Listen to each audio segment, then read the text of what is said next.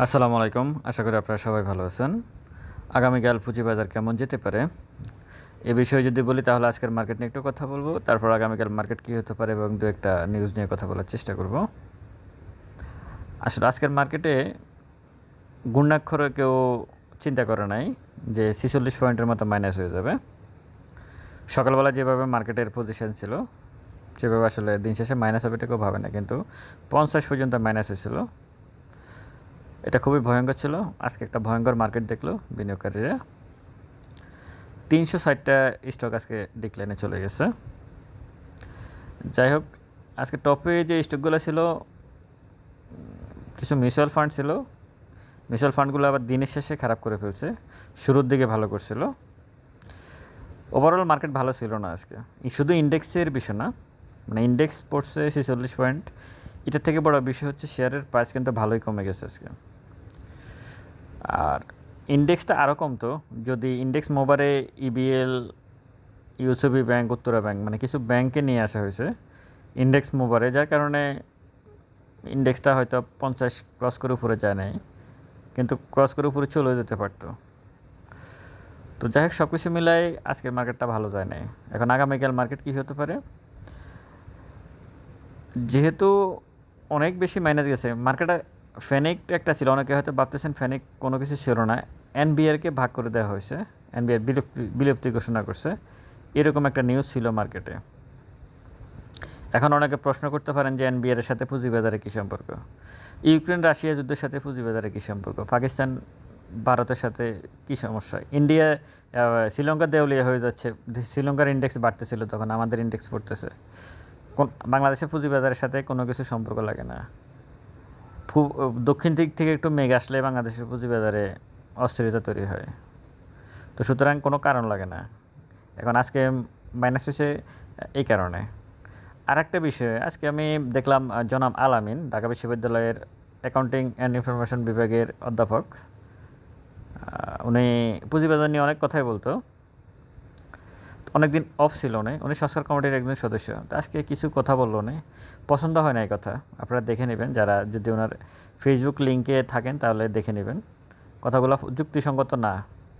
উনি ঢাকা বিশ্ববিদ্যালয়ের শিক্ষক ঠিক আছে, কিন্তু পুঁজিবাজারে যারা বিনিয়োগ করে, যারা পুঁজিবাজারে ইনভেস্টর, এর মধ্যে 80% লোকে কিন্তু শিক্ষিত লোক।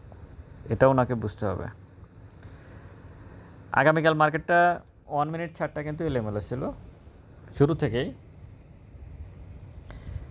সে কিন্তু ডাউন ট্রেন্ড যেটাকে বলে সেটা কিন্তু সে কন্টিনিউ করতেছিল।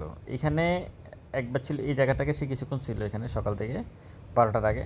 এরপর যে পড়ছে ব্যাস এই পড়াটার মধ্যে এসেছিল এবং বিগ ভলিউম করছে দেখতেছেন আপনারা।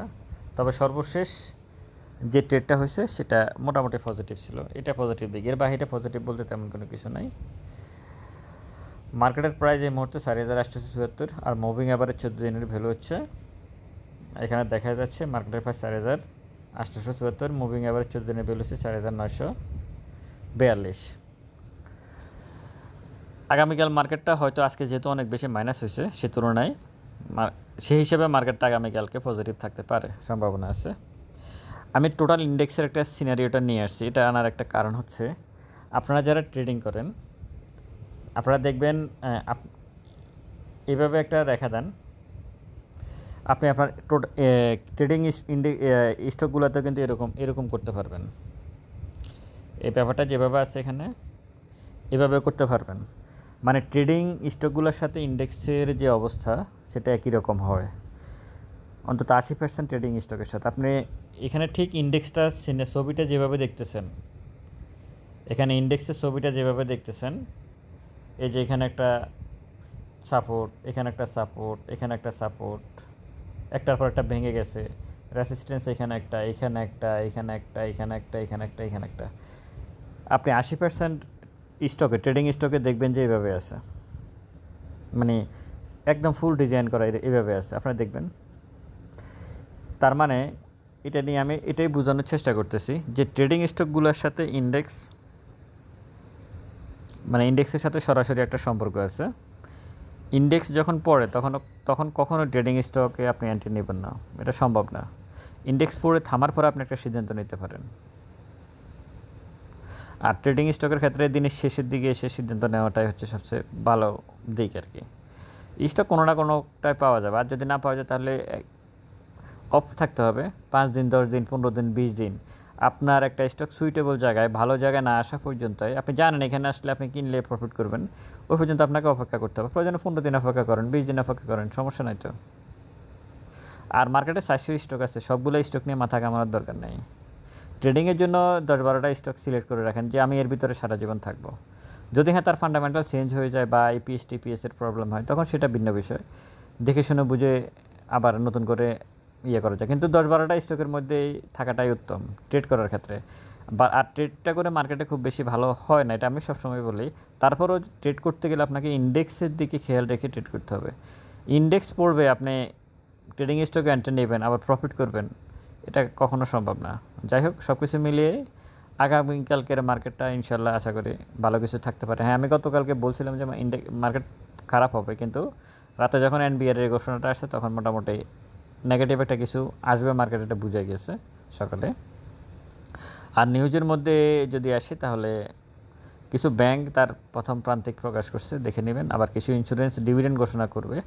আমি এই বিষয়ে পুঁজিবাজার সংক্রান্ত কিছু তথ্য ভিডিও, ওই ভিডিওটা আমি দেবো দেখে আগামীকালকে। কারণ কিছু ব্যাংক অলরেডি তার প্রথম কোয়ার্টার দিয়ে দিয়েছে, আবার ইন্স্যুরেন্সগুলোও ডিভিডেন্ড ডিক্লেয়ার করা আরম্ভ করছে। আপনাদেরকে একটা বিষয় বলে রাখি নিউজ, সেটা হচ্ছে ফিন্যান্সের কিছু শেয়ার মানে স্টককে একত্রিত করে ফেলতে পারে সরকার, ফিন্যান্স সেক্টরের। একটু অ্যাভয়েড করা ভালো হবে। ভালো থাকবেন সবাই, ভিডিওটা অবশ্যই শেয়ার করবেন। আসসালামু আলাইকুম।